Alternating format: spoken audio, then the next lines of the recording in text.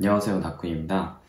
갑자기 못생긴 손을 보여드려서 정말 죄송해요. 방금 전 보여드린 건 제 왼손입니다. 저는 도쿄 근무 시절에 왼손에 큰 화상을 입은 적이 있었는데요. 상처에 비해서 흉터가 정말 적게 남아서 다행이라고 생각합니다. 오늘은 저번 영상에 이어서 도쿄 근무 시절에 대한 이야기를 조금 더 이어서 해볼 생각인데요. 조금 징그러운 이야기가 될 것 같아서 미리 양해를 구하겠습니다. 본 배속 후에 매일같이 장시간 노동이 이어졌지만 어떻게든 버텨내고 있었습니다. 한국에 있는 가족들과 당시 오키나와에 있던 아내에게 걱정을 끼치고 싶지 않아서 괜찮다고 계속 거짓말을 하다 보니까 괜찮다는 말이 아예 입버릇이 되고 말았습니다. 매일 아침 알람을 3개씩 맞추고 자고 하루에 평균 3시간, 운이 좋으면 5시간 자면서 일을 하다 보니까 몸은 고됐지만 일은 빨리 늘었습니다. 지금 생각해보면 신입사원들에게 시킬 리가 없는 일까지 담당하고 있었어요. 그렇게 나름대로 적응하면서 지내던 어느 날에 사고가 일어납니다.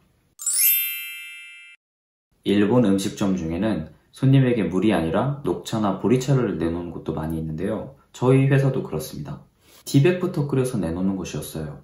하루에 사용량이 많다 보니까 커다란 냄비에 한 번에 끓여서 식혀서 사용하곤 했는데요. 제가 이 작업을 하다가 실수를 하고 말았습니다. 펄펄 끓고 있는 차를 옮기다가 그걸 손에다 다 엎질러 버린 거예요. 당연히 바로 손이 빨갛게 부어올랐습니다. 바로 찬물에 식히고 응급처치를 해야 됐는데 정말 너무너무 바쁜 가게여서 그럴 겨를이 없었어요. 그냥 계속 일을 하게 됩니다. 그때는 아픈 줄도 잘 몰랐어요. 겨우 휴식 시간이 돼서 부어오른 손을 점장에게 보이며 사고 보고를 했는데 저는 그때 이런 말을 듣게 됩니다. 나라면 그 정도 상처로 병원에 안 간다. 저는 처음부터 조퇴를 할 생각이 전혀 없었습니다. 이렇게 바쁜 와중에 가고 싶지 않았어요. 제 쪽에서 부탁도 하지 않았고 단순히 의무적으로 사고 보고를 했을 뿐입니다. 그런데 설마 제가 저런 말을 들을 줄은 정말 상상도 못했습니다. 저 말을 듣고 화가 난다기보다는 제가 많이 창피하게 느껴졌어요. 내심 걱정해 줄 거라고 기대해버린 건 아닌가? 동정이라도 받기를 원했던 건가? 그래서 저는 아무 말도 없이 업무에 복귀했습니다. 그날도 17시간을 일했어요. 저는 주로 주방에서 조리를 담당했는데 뜨거운 물에 계속 손을 담가야 되는 일이었습니다. 뜨거운 물과 증기가 왼손에 닿을 때마다 당연히 손이 상태가 악화됐습니다. 결국 일이 끝날 무렵에는 손등 전체가 보라색으로 부어올라 있었고 물집이 잡히기 시작했더라고요. 저는 일부러 그 손을 아무한테도 보여주지 않고 퇴근했습니다. 그 당시 저는 점장하고 사이가 좋았어요. 그러니까 밉보여서 이런 대우를 받은 게 아니었고요. 다만 저보다도 심각하게 잔업을 하고 있던 점장은 그 당시에 정상적인 사고가 불가능한 상태였습니다. 말을 걸어도 대답이 몇 초 늦게 왔고요. 갑자기 화를 내기도 했습니다. 정말 위험한 상황이었어요. 부하의 상태를 살필 여유가 없었던 겁니다. 음식점에서 가장 중요한 것은 위생이고 손님에게 상처 부위를 보이는 것 자체가 신뢰되는 행동입니다. 그래서 저는 왼손에 비닐 장갑을 한 장 끼고 수술용 고무 장갑을 한 겹 겹쳐 끼고 일을 했습니다. 그러다 보니까 손에는 계속해서 습기가 찼고 자극을 받은 피부는 결국 다 벗겨져 버렸어요. 손등 전체에 진피가 드러났고 손을 한번 쥘 때마다 피부가 찢어지고 상처가 벌어졌습니다. 겨우 퇴근해서 잠을 잘 때도 손이 바닥에 닿을 때면 아파서 잠에서 깨곤 했어요. 그 손으로 계속 일하다가 결국에 정기적으로 진행되는 신입 면담 때 인사부 부장한테 걸려서 의무적으로 병원에 가게 됩니다.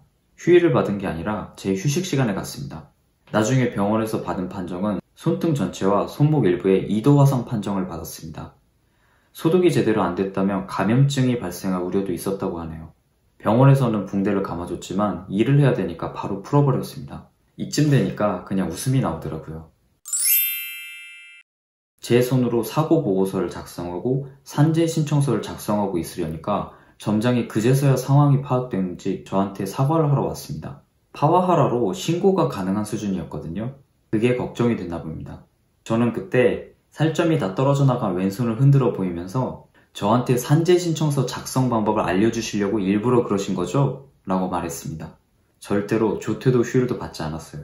덕분에 저는 신입사원이 절대로 배울 일이 없는 산재 신청 방법을 배우게 됩니다. 이거 점장도 잘 모르는 거예요. 지나친 노동시간이, 무관심이, 불건전한 노동환경이 사람을 어떻게 망치는지 저는 아주 잘 알고 있습니다. 간혹 중도사원이나 신졸사원 연수를 담당할 때 저는 이 왼손을 정말 요긴하게 쓰고 있어요. 절대로 그 누구에게도 이런 일이 일어나선 안 되고 일어나게 해서도 안 된다는 사실을 전하고 있어요. 저는 점장이 된 후로 모든 사원의 규정 내 잔업시간, 휴일, 그리고 유급휴가를 반드시 보장하고 있습니다. 물론 저도 포함해서요. 그러니까 이렇게 유튜브도 할 수 있겠죠? 오늘 영상은 여기까지입니다. 다음 영상에서는 이 시기를 거쳐서 제가 점장이 될 때까지 이야기를 다뤄볼게요. 질문은 댓글로 달아주세요. 오늘도 감사합니다.